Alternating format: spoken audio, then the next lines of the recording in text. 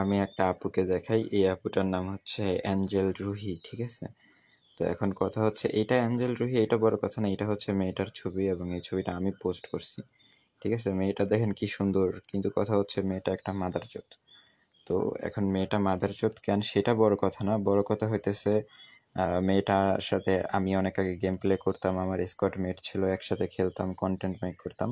এবং এই মেয়েটার মানে বিষয়টা হচ্ছে যে আহ, কি বলে, এখানে মেয়েটার কাছে আমার ফেসবুক আইডি ছিল, পরে মেয়েটা হচ্ছে ফেসবুক আইডি করে। এবং এই এই যে এইটাকে আমি একটু বলি, এটা হচ্ছে শূন্যর চিরকুট, এই আপুটা, এইটাও একটু ঝামেলা আছে, স্ক্যামের শিকার, ঠিক আছে? সো এই আপুটার নাম হচ্ছে ফাতেমা। এই আপুটাও একটা, এই আপুটা হয়তো জানে না বা আমি গালি দিলাম না একটা, কিন্তু এই মেয়েটা একটা মাদারচোদ এবং এই মেয়েটাকে আমি খুঁজতেছি। আমি কখনো পোস্ট কইরা খুঁজি নাই, কিন্তু রাইট নাও আমার মনে হলো যে এই মেয়েটাকে আসলে খুঁজে বের করা দরকার, যেহেতু আমার কাছে এখন ফেসবুক আছে, ইউটিউব আছে।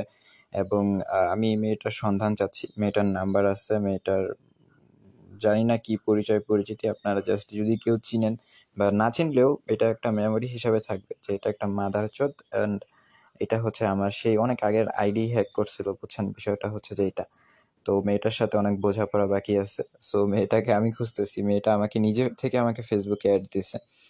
তো এখন কি বলবো, মানে বিষয়টা হইতেছে, মানে এই মেয়েটাকে নিয়ে যে এখন আমি কিছু একটা বলবো যে ভাই তুই একটা যে কি লেভেলের, মেয়েটার সাথে ভাই আমার অনেক কথা আছে।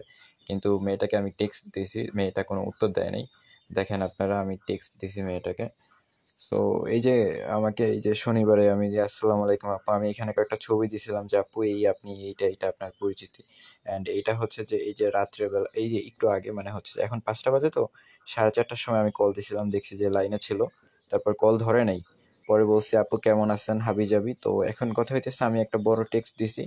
এখন এই মাদারচোদ মেয়ে টেক্সট দেখবে কি দেখবে না সেটা বড় কথা না, বড় কথা হচ্ছে যে আমার এই মেয়েটাকে লাগবে, আমি এই মেয়েটাকে খুঁজতেছি। যদি কেউ এই মেয়েটাকে খুঁজা দিতে পারেন তাহলে আমি অবশ্যই উপকৃত হব এবং আপনাকে অবশ্যই সম্মানী দিব।